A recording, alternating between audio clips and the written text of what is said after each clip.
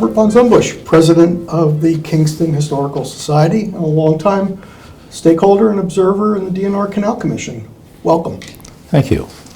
You play an important role in preserving the building in which we are now seated, the historic Kingston Lock Tender's House. This historic site is literally in your backyard. Can you tell us a little bit about this place we're taping from today? Right. Well, this was one of the original lock tender's houses. It was built approximately about 1834 when the canal opened. Construction on the canal actually started in Kingston. No one's sure exactly why, but probably because the contractor was ready to move. The contracts were broken up in various sections. And so it started here, and the first section completed was from here to Trenton. Basically, the canal opened full-time in 1834. And certainly this has been the lock tender's house throughout the canal operation, and later on was used by the Water Supply Authority after it took over the canal and used it for water supply. It's changed over the years. There were some additions put on. The kitchen is an addition. The original kitchen was in the basement. Originally, there were fireplaces in the major rooms. Later on, actually not long after the canal opened, coal was used because coal was the prime cargo for the canal and the reason really why the canal was built. I should start by saying that you are an architect by profession. Correct. And can you tell us a little bit about your background? Well, I was brought up in Montclair, New Jersey, and but I spent this 3 months every summer in my grandfather's house in Nantucket, which was a 1720 house in the middle of a historic town. So I had exposure to historic things as well. And Montclair was also a town that had a lot of art resources and so on, a beautiful art museum and so on. It was a wonderful place to grow up. Then I went to college. I went to Columbia. And at the time, Columbia did not have architecture for an undergraduate course. So I took art history and basically tried to take as much architectural history as I could. And after 3 years, I'd also taken some courses in the graduate faculties in art history and so on. And it was getting a little bit anxious to actually do something in architecture, not just read about it. It's also delightful to sit and watch slides and occasionally write a paper and so on. And my advisor said, well, you know, you could try to apply to the architectural school. They'll take some people who have only 3 years of college. So I did, and I got in, and I thought, well, and then totally immersed in architecture. In terms of my architectural design and how I wanted to work, it was fully modern, totally modern. I mean, my heroes were Louis Kahn, Le Corbusier, Frank Lloyd Wright, and so on. And I was fortunate to be able to hear some of the, not Frank Lloyd Wright, but some of the other people I was able to hear during my time at Columbia, which was really very nice. After leaving Columbia, I could, on an starting architect salary, could not live in New York. So I loved living in New York. Some things apparently never change. Right. But eventually I ended up with a job here in Princeton, which I had not expected at all. And it turned out to be a good experience. Worked for a large firm. It also had engineers and so on, which was very helpful. And worked on a number of different projects, but the best one of all was I was given the project for the Historic and Recreational Development Plan for the D&R Canal State Park. And that was something which fit in with so many things that I had thought of over the years. One of the influences that I had in studying was Kevin Lynch's book, image of the city in some of his other books. And also, he wrote with Donald Appleyard a book called View from the Road, which relates very much now to the Millstone Scenic Byway and scenic byways and things, but also the whole concept of corridors, and corridors that were had physical things that identified it, the identity. The thing on the D&R Canal, all the lock tenders' houses, the bridges that repeat, that tie it together, but also tie a corridor that has agricultural, historical areas, natural areas, all together, and it's a recreational resource. The first intention was to see if the job really worked out, so we rented a place, and in town, and was fine. But if we were going to stay, we wanted to have a house, and so we started looking around. Well, Princeton is very expensive. I did feel that I wanted to stay in Princeton for a number of reasons. Although we didn't have any children at the time, we expected that we would eventually, and the school system is very good. But also, Princeton's a really nice community and so on, and so we looked around. Well, everything was expensive. And then we found this, which was the mill, which was in very bad shape, and had been on the market for a year, and we were able to buy it for a very reasonable price. We bid a little bit lower, but expected to pay considerably more than that, and we got a good deal, but of course we had to put a huge amount into it. The building is also, the property is unique in more ways than one. One thing is that a third of the mill actually sits on property belonging to Princeton University. Oh. The Lake Carnegie. Of course, and Lake Carnegie, of course, being an artificial impoundment Right. of the Millstone River, named after the philanthropist Andrew Carnegie. Right. Right. And so we have a lease on that land in perpetuity as long as 50% of the building remains. Oh. If we lose 50% of the building, then we don't. But if we lose 50%, we'd also be unable to rebuild because we're in the floodway. True.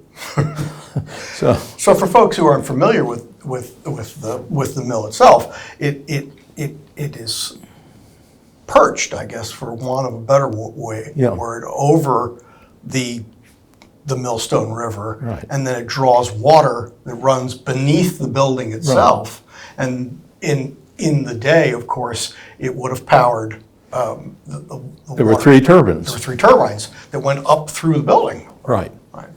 And 2 of the turbines are still there. Really? Wow. And some elements of the driving elements are still there. Most of them are gone. Most of them were taken out. But the building is very well built, but it did need considerable repairs. Mm-hmm.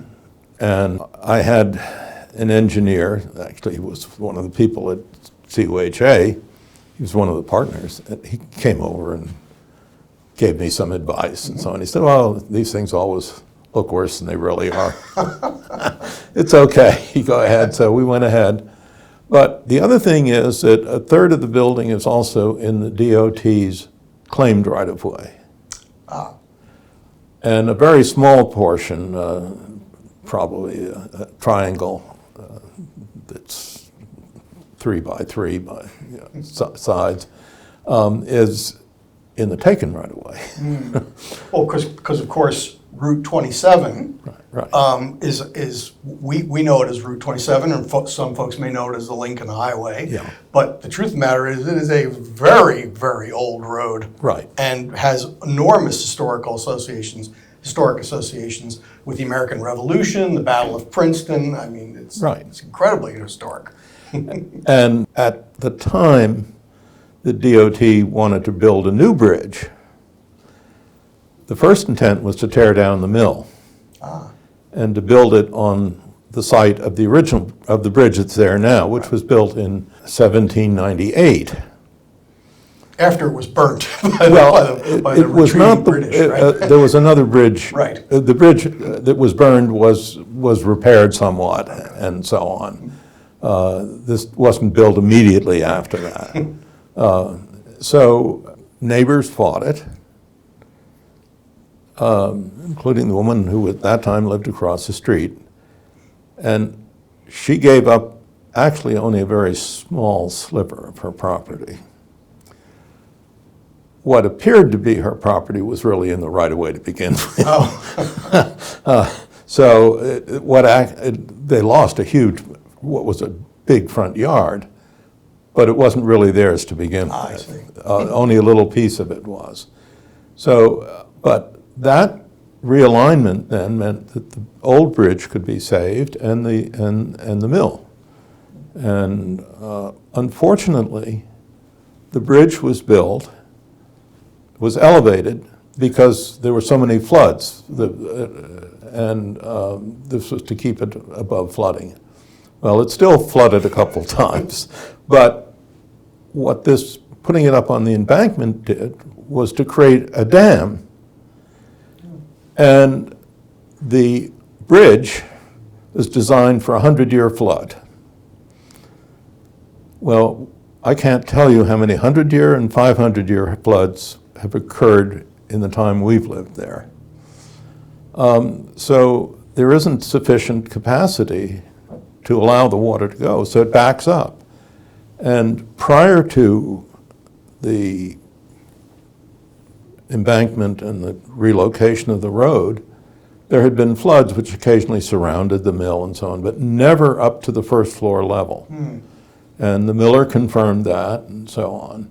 And and old pictures show that.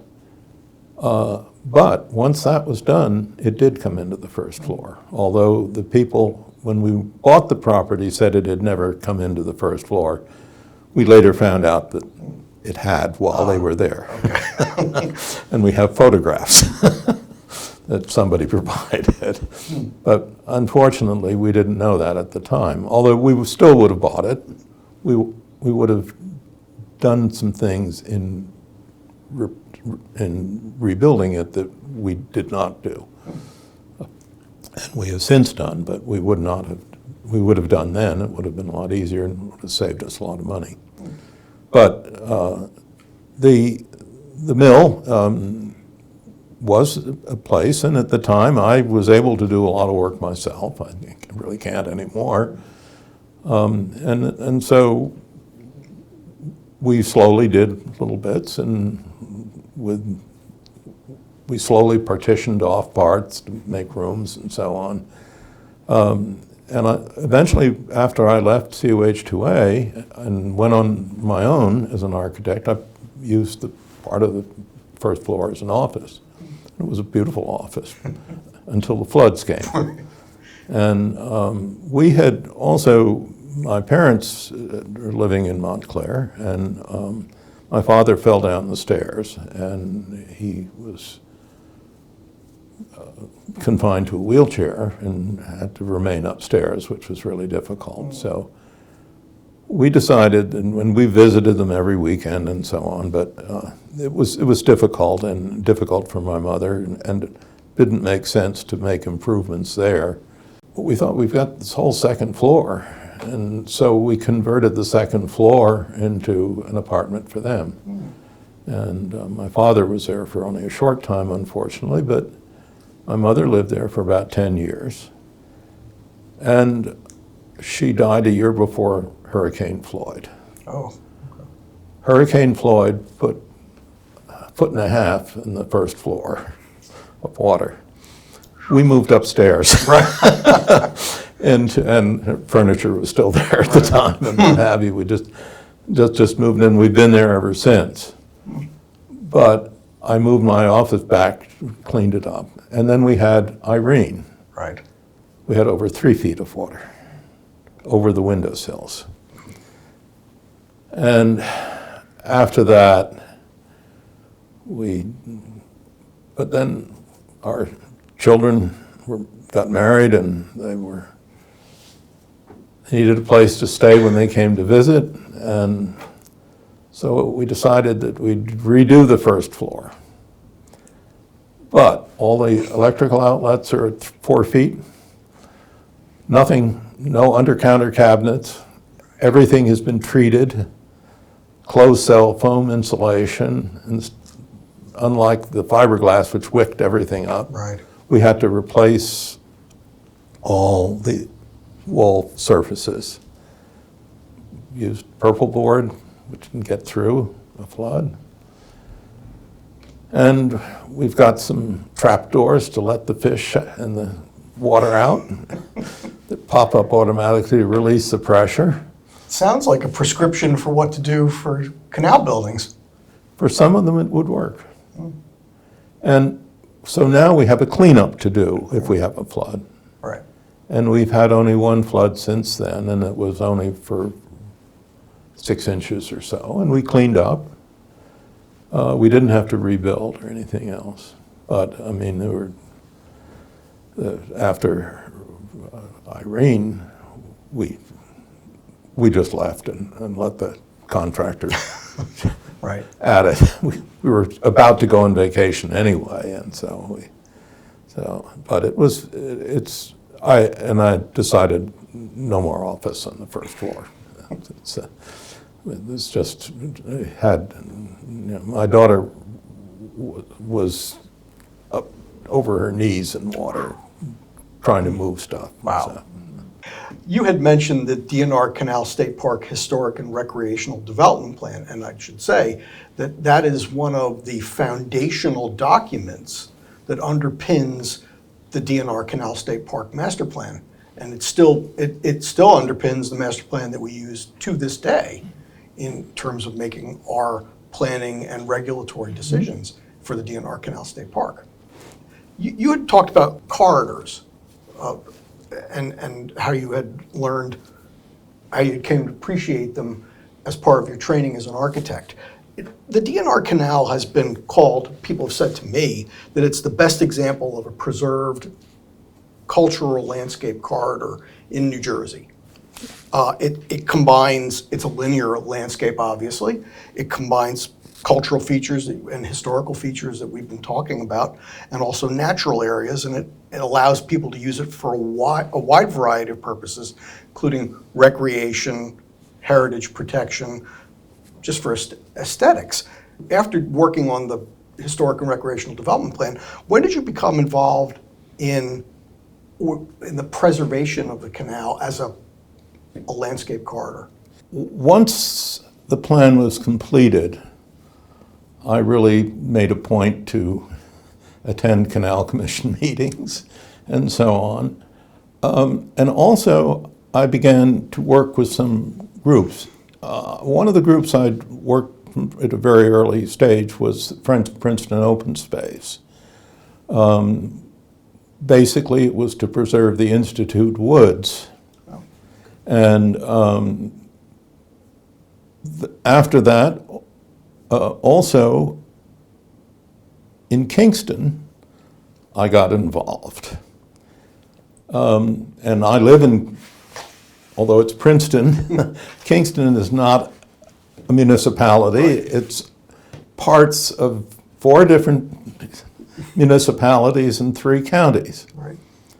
And 3 of the counties and 3 of the municipalities meet in the center of the bridge that's next to my house. So there had been a series of photographs in the Kingston post office, and they remained there until someone in the post office department said they couldn't have them up and they had to come down. But they were old historic photographs. There was one photograph of what was obviously a mill, and I had been looking for a photograph of the mill that preceded the one that I'm in, which burned in 1888. But before then, there was plenty of photography. Sure. And there should have been a photograph. I've never been able to find one. But there was a picture in the post office that could have been. One couldn't tell where it was. I later found out that it was actually the aqueduct mills. But there was a photo night that was held in Kingston.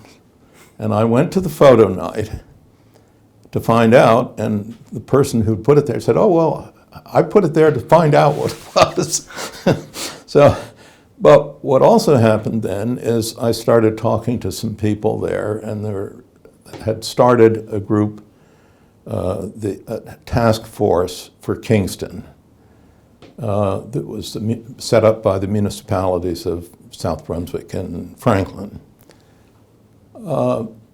And they were concerned with historic preservation, and open space preservation and so on. And those were things that I had had experience with.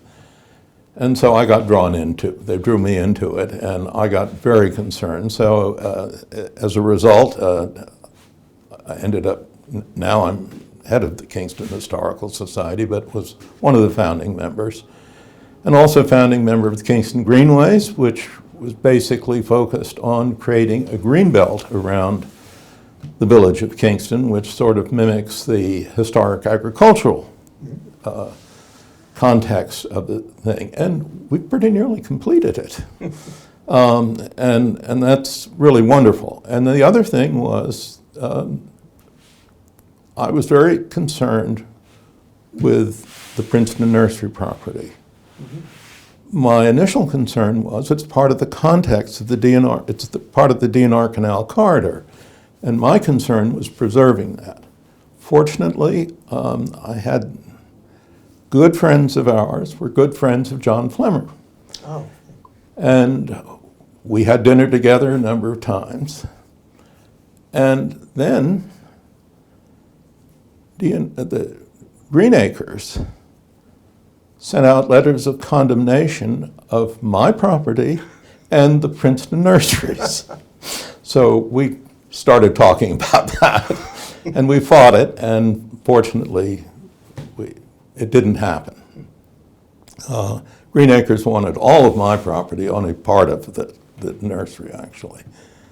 But it upset John a lot. But at any rate, at that point, I started talking to John about preserving the land, because it was just the two brothers with some additional input from some others in the family owned, and it wasn't a corporation, it was just a partnership. So it was really very difficult. 2 weeks after he and I discussed how we might preserve the land, he died. Oh. The heart attack, and the nursery had to sell.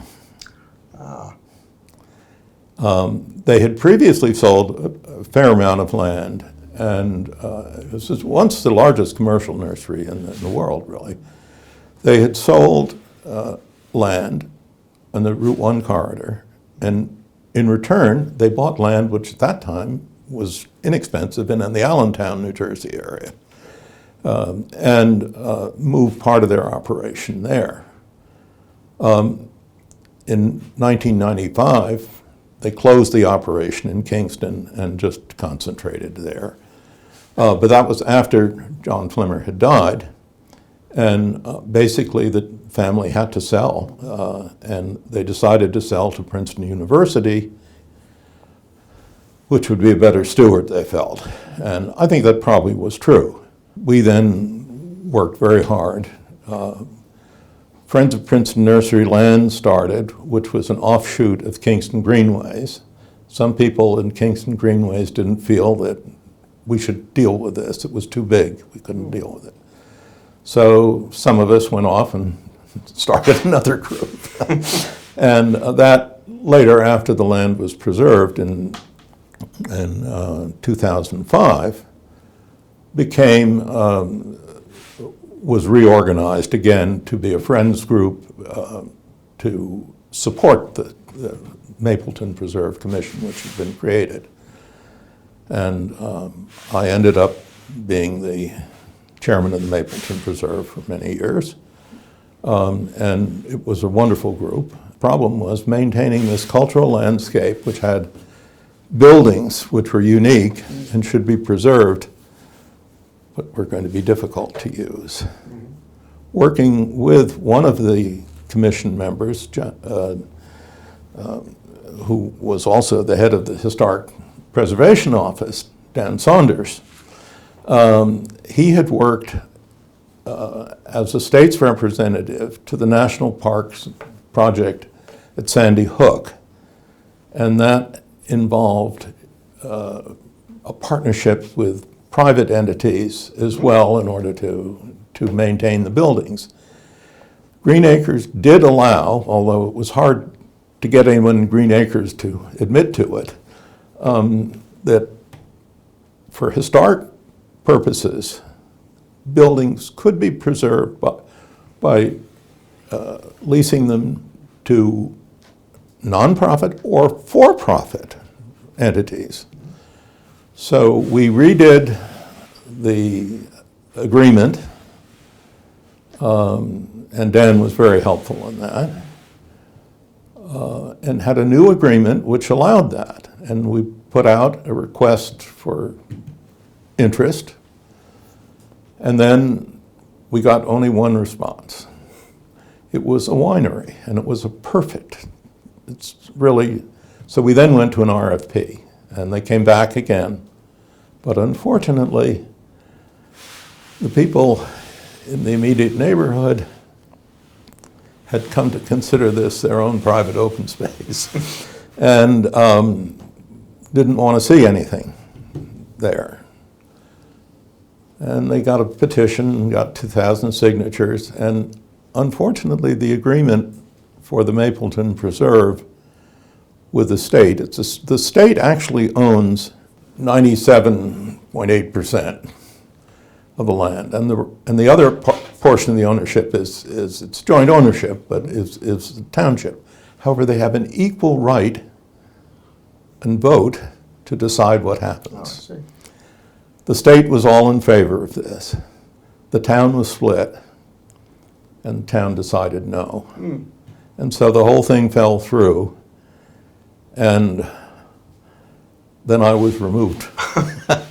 Well, But then they found out. You've raised a few interesting points, though, in this, in what you've just said, and I'd like to probably explore them in a little more detail.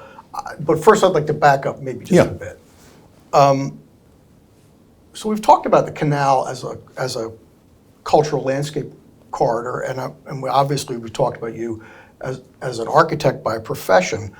What role does architecture play in preserving the history and cultural integrity of the canal? And I ask that because in my role, I'm oftentimes confronted by people who may not be best pleased of why in the world are you telling me what kind of windows ought to be on my house? Why are you telling me what color to paint this building? Why are you telling me what materials ought to be used for a proposed development within the canal's review zone? So I just like to hear your opinion on what role does architecture play as we look at this corridor? I think it's a very important role, and I do think that there are times when one doesn't have to mimic the old buildings.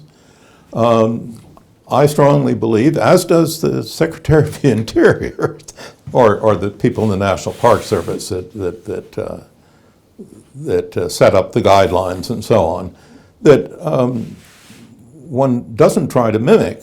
I mean, one of the disagreements I had with Jim Amon was the bridge across Route 1, which is a fake railroad bridge.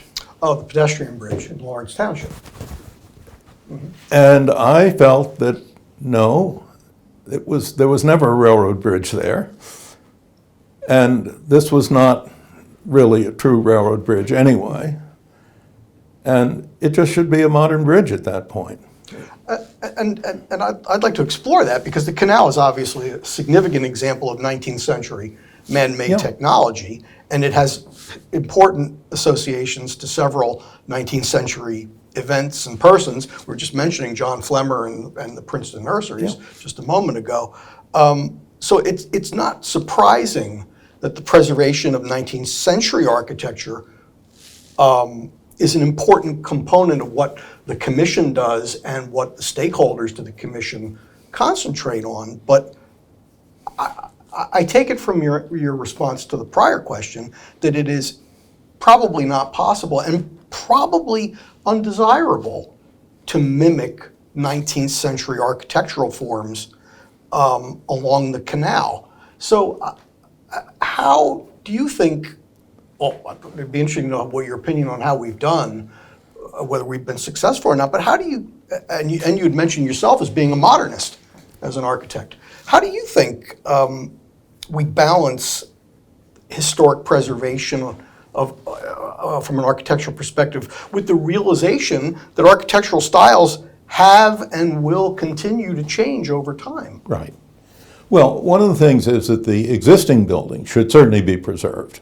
And when an addition is put on, there should be a distinction made between that. But it still has to be compatible in terms of materials and things like that. There are some things that just are not right. And it also should be added in such a way that it doesn't detract from the original structure, that it is subdued, basically. And that can be done, and it can be done really well. But certainly preserving the architecture of not only the buildings, but the aqueducts, the bridges, and what have you. And I know it's difficult. We've worked on the bridges and what have you. Right, and historic, these structures, these engineering structures are, I think they're interesting, but they're also very significant in their own right. Yes. And oftentimes they're overlooked. I mean, people drive over the arched culverts, and I don't think, you give it a moment's thought as your car rolls over the top of them, but they're very important. Well, when I did the plan, I worked for COH2A, which when I first went there was a firm of about 30. But when I left was over 300.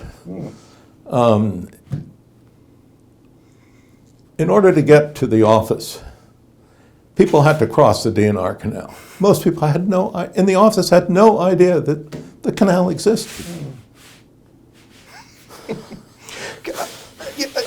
A DEP colleague who's now retired had once said to me that if a historic building is not used, it's only a matter of time until it's lost. Correct. And my experience as director of the commission seems to bear that out. And to be candid, there are only so many museums you can build in one state park. Right. Do you think the time has come for better?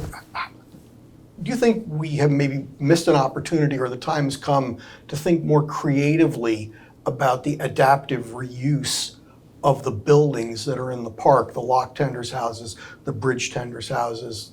Absolutely. And in the C&O National Park, a number of the lock tenders' houses have been restored to different periods of time. Some of them are very crude, without any plumbing facilities, and others have bathrooms and what have you. And people can rent them for a couple of days when they're hiking along or bicycling along the canal and so on. And that's the sort of thing which we call canal quarters, which really would work very well here. But it's something that the Park Service will have to work on. In the national park, there's a nonprofit group that actually runs this for the Park Service, but it works very well. The other thing is that many of these houses are really critical for the cultural landscape. But the inside doesn't really matter. It's just and they're not going to be museums. It shouldn't be. There's no need for that many museums. And if they're sold off with preservation easements, and then those properties are returned to the tax rolls, which helps the municipalities. The view is preserved. What people do in the inside really doesn't matter, just as what I did inside the mill. I tried to preserve certain things as best I could, but what I put in that was new, I made no attempt to make it look old or something like that. Right. But the building itself, from being viewed from the outside, Is intact. It's intact, and its surroundings are as though they were when it was built. Exactly, yeah. Okay. Now, there is one example of that on Route 29, sort of diagonally opposite from the Holcomb Cemetery. Ah, yes. And there, the easement is not held by the state, it's held by the local Historic Preservation Commission. I think that it would be much better for the state to hold these easements.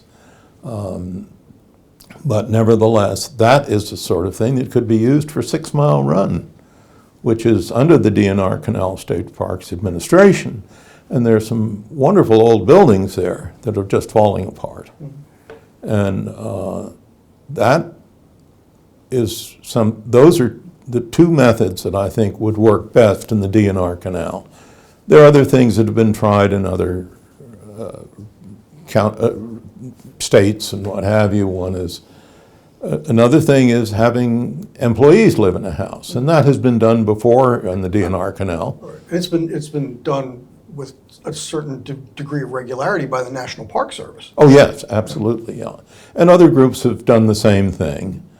Some groups, even the Society for New England, the Preservation of New England Antiquities, has a number of houses, and they basically, people live in them, but they have to open them to the public once or twice a year. Now, I don't see that as being something that would be used here. The houses are not ones that have to be, where it's important to the canal to see the inside in most cases. Right. The important thing is its position and its aspect in the cultural landscape, being able to see that. Employee housing is also a possibility, obviously. It has been used before by the Water Supply Authority as well as the park. At the moment, I don't think there are any such houses being used today. And I think there's a reluctance to do that. But there are things that can be done. And one of the other things is that Princeton University uses a system in which the houses are sold to faculty members, and they're on the tax rolls and what have you. But they have to be, when the faculty member dies or his spouse dies, if she survives, it has to be sold back. And it's sold back at 80% of the value. But it's also bought at 80% of the value. And that is allowed by the IRS. And it's a way, again, of taking care of a house and making sure.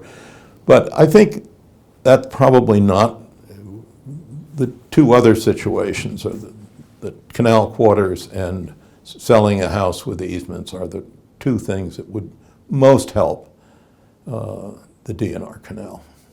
And of course, occasionally there's a nonprofit. The other thing is something like what we tried to do at Princeton Nurseries, which is have a for-profit group or a nonprofit group to do it. But most nonprofits can't afford to do it. So to basically take a long-term lease and restore the building. And in this case, the also we're going to provide interpretive programs and all sorts of things. So, but one of the things with the nursery was that as we got into that, although it started out in my viewpoint as being the context of the canal that I was trying to preserve, was that the nursery itself was something to preserve in its own.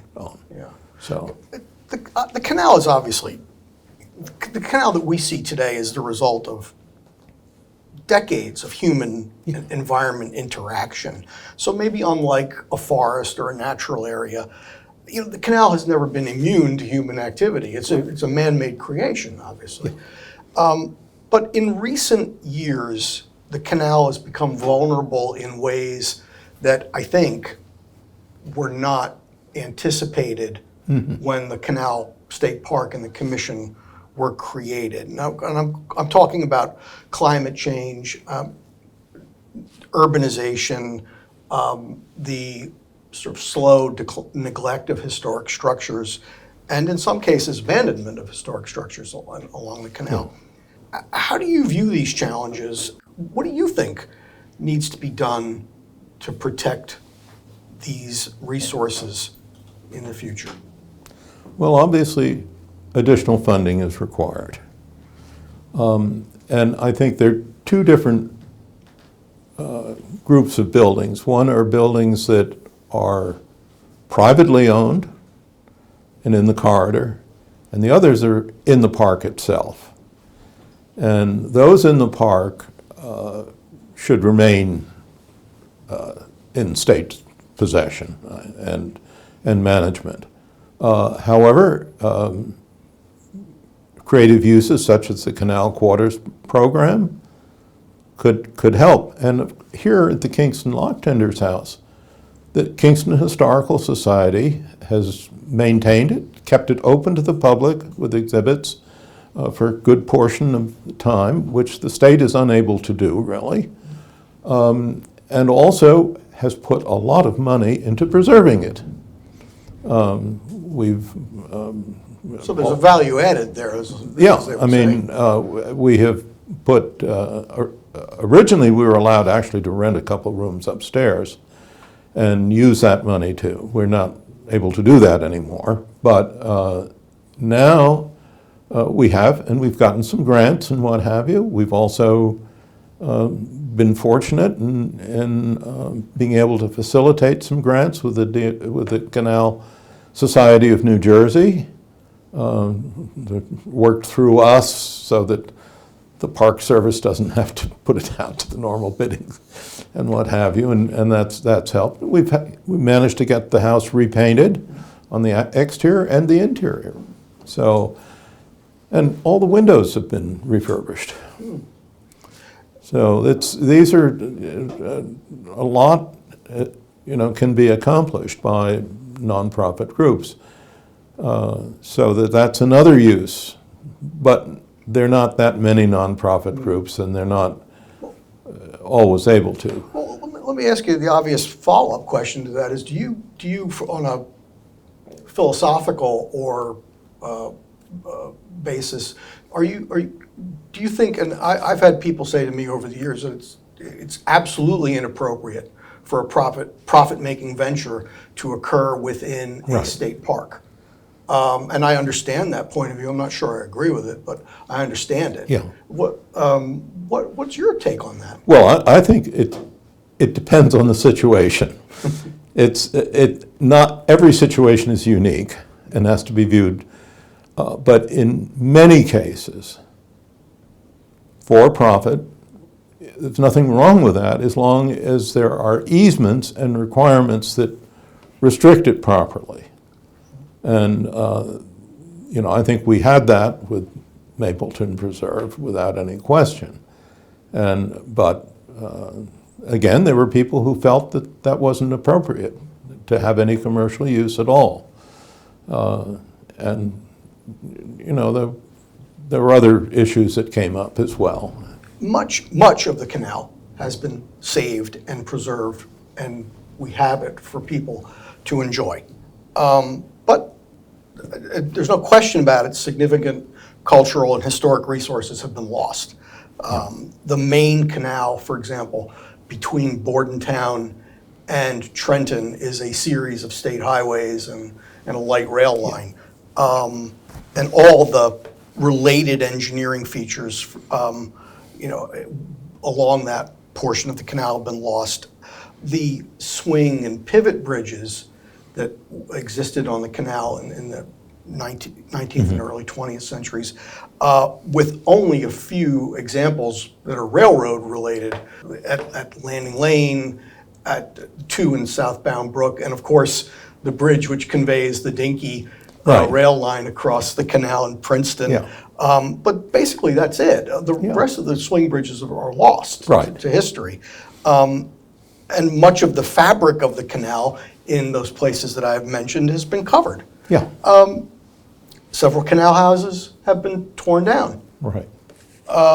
There is an obvious finality to the destruction of those resources. And I understand that they can never be totally mitigated or compensated for. But my question is this: when the cultural landscape no longer possesses the physical and tangible evidence of the past, how can we, as policymakers, ensure that the memory, if you will, of those lost resources can be visualized for people in the future? Well, documentation is critical, and because also we can lose structures even though we don't want to lose them. Hurricanes or whatever, we can lose things. Fire, Flooding. and so on. So things should be well documented. We now have all sorts of resources of putting together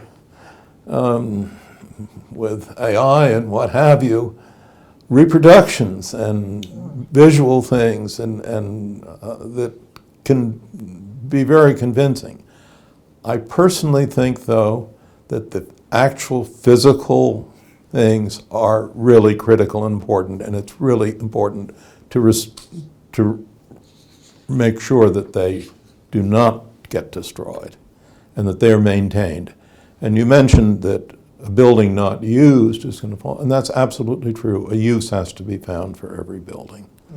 And that's obviously... And a user. Right, and that's obviously a planning function. Yeah. And hopefully, as the commission advances toward creating a new master plan for the next 25, 50 years, that should be, I think, a significant part of that conversation. I think it should be, yes. And of course, it's they have not only the commission, but also the park. And, I think relations between the two are fairly decent, but there are occasional tensions. But at the beginning, when I started working on this program, I was, first of all, there was a question of whether the D&R Canal Commission would do this project or the state park. And it ended up with the state park, and the commission wasn't happy about it. But the person who was directing it, it was a position that no longer exists at State Park. They actually had a design group and everything within there, a couple of people and so on. And this person said,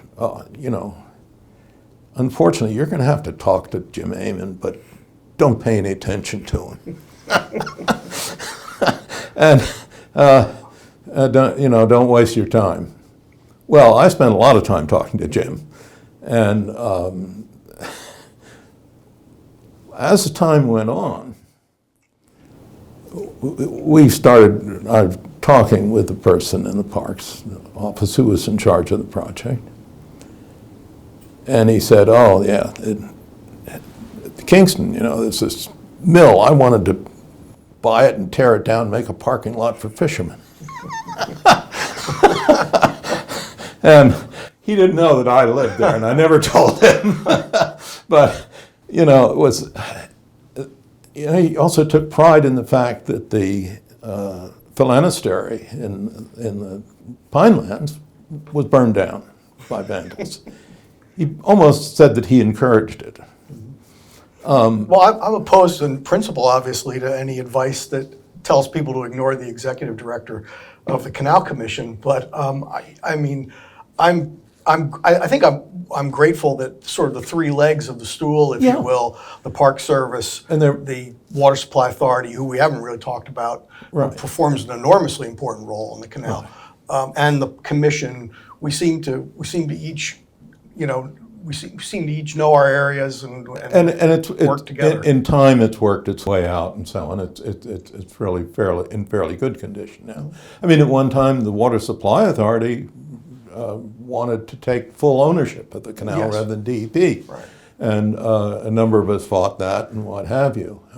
And then, of course, there was a time when the Canal Commission was to be abolished. Right. And the Canal Commission, I think, you know, this may sound gratuitous, but I mean, the Canal Commission acts as a bit of an umpire between these competing goals of trying to move Right. water for 1 million people in central New Jersey into a park, but also operate it as a recreational resource. And I think one of the most interesting things about the existing master plan of the D&R Canal State Park is that it says, look, you're going to have these different goals, recreational goals, historic goals, water supply goals, and these goals, when they collide, the answer is you don't one doesn't necessarily have to all give way to the other. You just have to work together to make sure that all of these goals are simultaneously respected. Yeah. And so I think maybe the commission probably does that in a way that if one or the other of the two agencies involved were going it alone, so to speak, Right. they could impose their will on the other. Well, when I worked on the plan, I also visited numerous canals, including we actually somebody in the Treasury Department insisted we view a couple canals in Canada. Oh, okay. And provided the funding for it. Well, we only visited one, and we spent over a week on the Rideau Canal, which was the most appropriate one, and which was run by Parks Canada. And the Parks Canada people were terrific, and the locks are still used and everything else. And it's a wonderful, wonderful canal, really, and national park. But we also talked to the people in Pennsylvania and the Delaware Division Canal, which is on the other side of the Delaware from the feeder canal. And they're so jealous of the D&R because the Water Supply Authority has water in the canal. Well, it is, having walked on both canal paths, it is enormously important that the D&R Canal has water in it. It's a totally different, well, it's a totally different experience, but it's a significantly different experience from one canal to the other.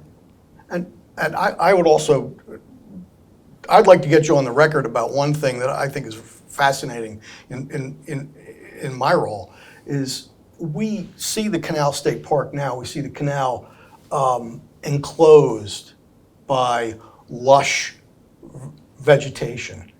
And of course, for anyone who's even had a passing notice of the history of the canal, this is, of course, an utterly ahistorical environment for the canal. Well, in the plan, we said that over a period of years, in 3 phases, all the vegetation between the towpath and the canal should be removed. That would give enough time for natural life to adjust, and my espousal of this at the time when the Water Supply Authority was putting in a slurry wall along Lake Carnegie in the towpath and cutting down trees. And the president of the chairman of the Princeton Planning Board wouldn't speak to me for a year.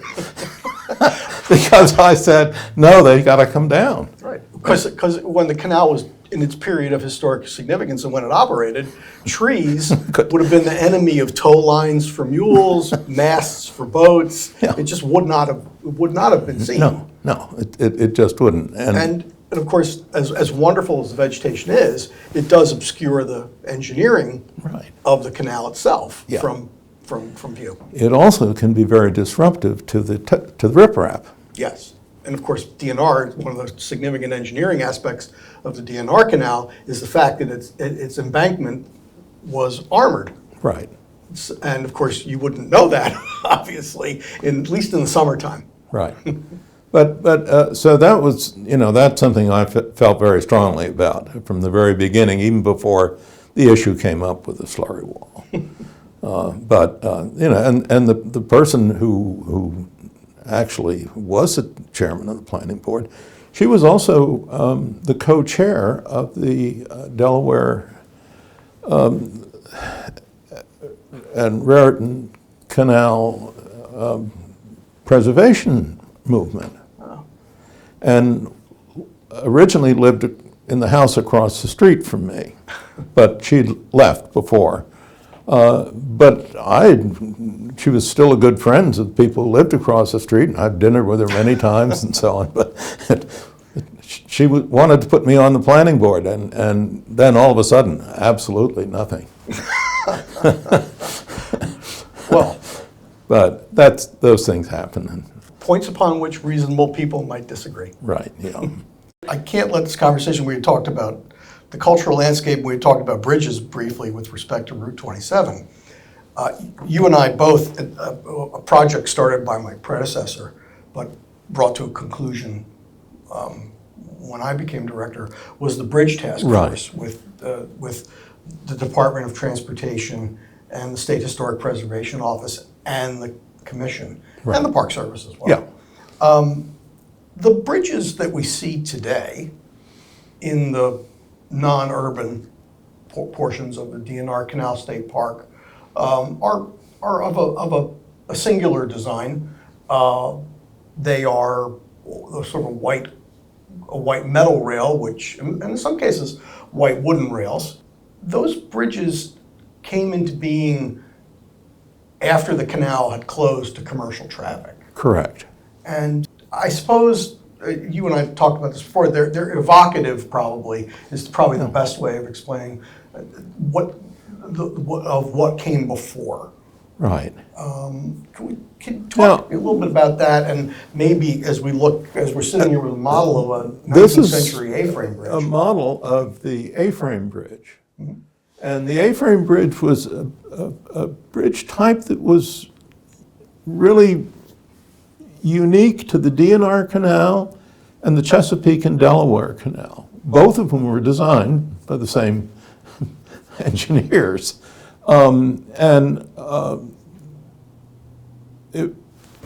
With the A-frame, then it was the deck was suspended, but it was so carefully balanced that it could be very easily opened and closed with minimal effort by a single person.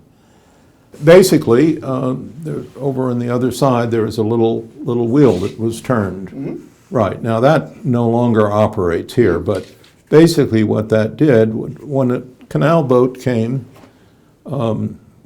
basically the canal boat captain would signal. Sometimes they used a conch shell, other times it was a tin horn, but would make a signal to open the bridge. And boats normally have the right of way. Mm-hmm. So when that happened, the bridge tender would come out and he would turn this and the bridge would swing open. And this very delicately balanced and with cables would open and the boat would continue on down. Then once it was closed, once the boat was passed, he would again turn the wheel and close the bridge.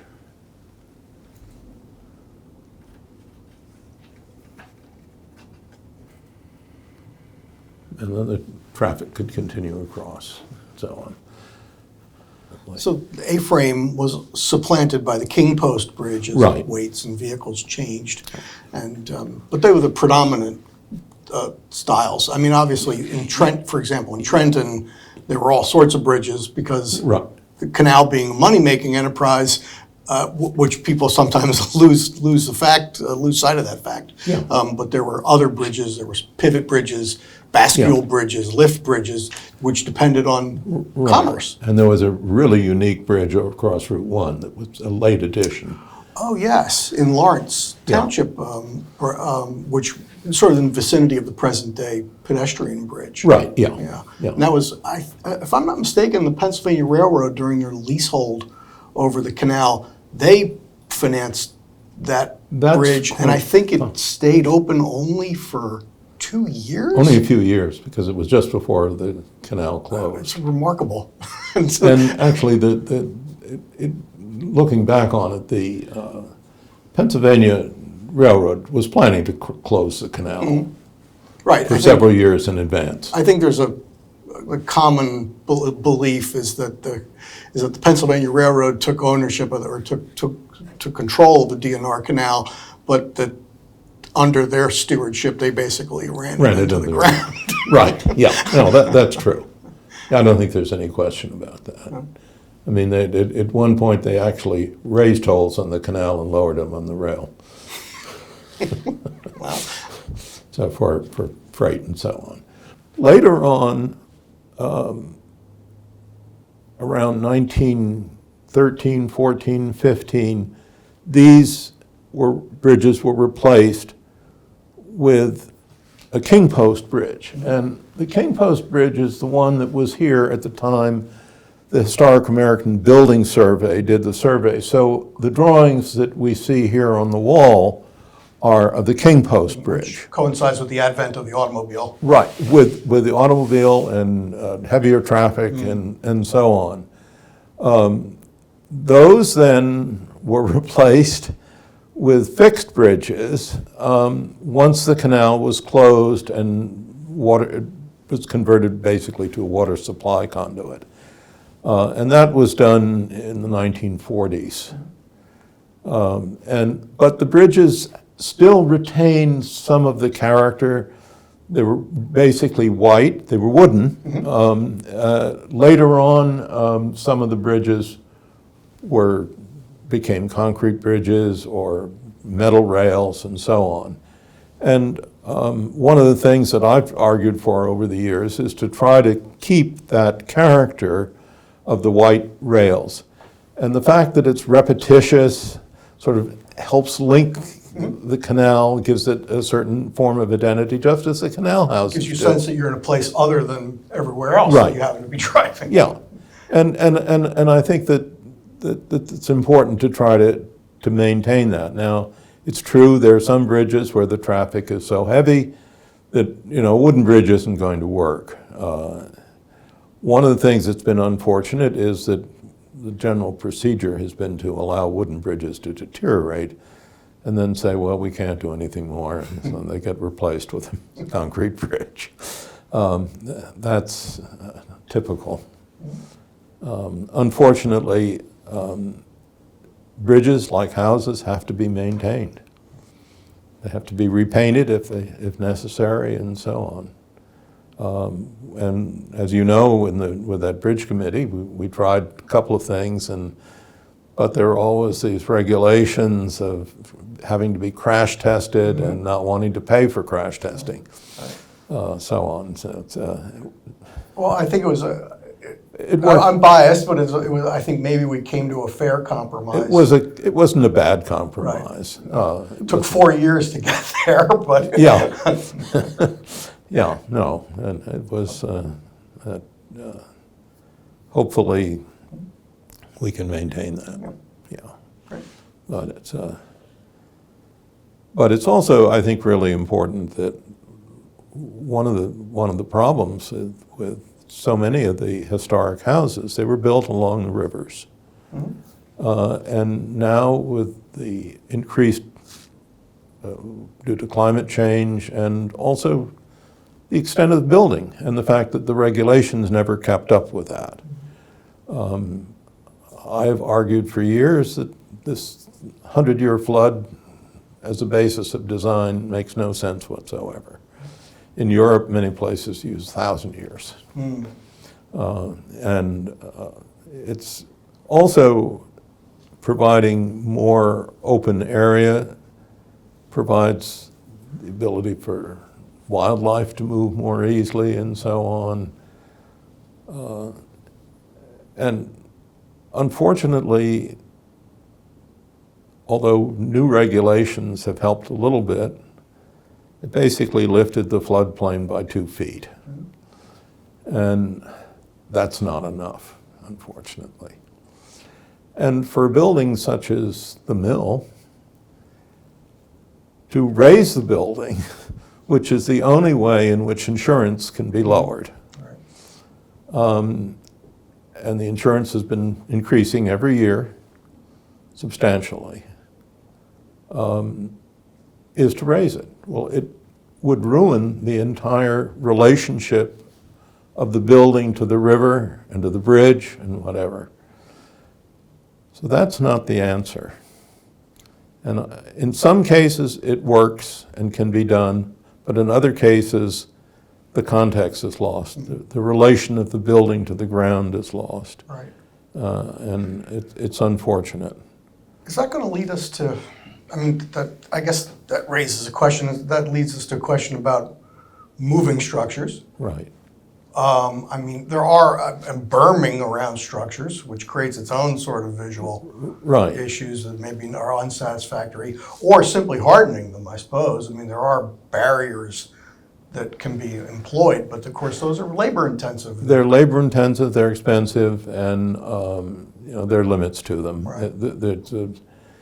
Basically, I think one can take, in most cases, maybe 3 feet, and then some more extensive ones 6 or 8, but most part it doesn't work. It's really expensive after 3. It's just unfortunate that the whole relationship then is lost. But I also had great respect for the National Park Service's Secretary of Interior standards. And also, they've changed over the years, and they've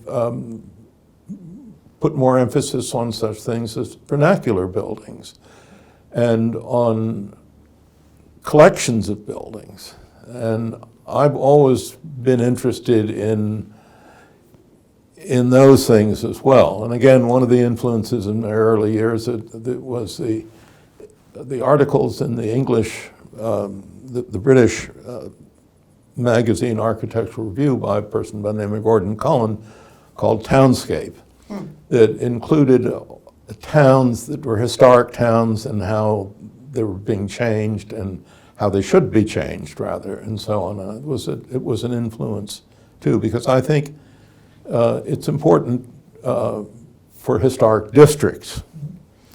And the other thing was the National Park Service put more emphasis on cultural landscapes, which I think is really critical. Well, that certainly fed into the D&R Canal State Park master plan enormously, because there are some excellent examples of historic districts that are contained. And of course, the first one, of course, springs to mind is Lambertville, which of course has, I think Jim Amon actually said to me once in a conversation, Lambertville has at least one excellent example of every 19th century architectural style, save shingle. But other than that, all the others are represented. I can also think of East Millstone. I was going to say East Millstone is another place. Really good example of an area that, because of economic circumstances, maybe was left behind in the 20th century, but then that leaving behind left it intact, so to speak.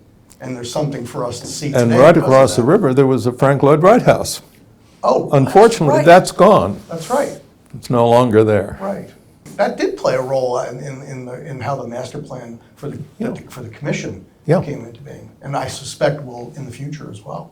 Yeah, I certainly hope There are so. more districts now, obviously, in 2025 than there were in 1977. Yeah, and one of the things about the canal today is that today, whereas in the past, the canal really served New York and other places, distant places, rather than the area itself. But today, as a recreational resource, it serves the public that actually lives here.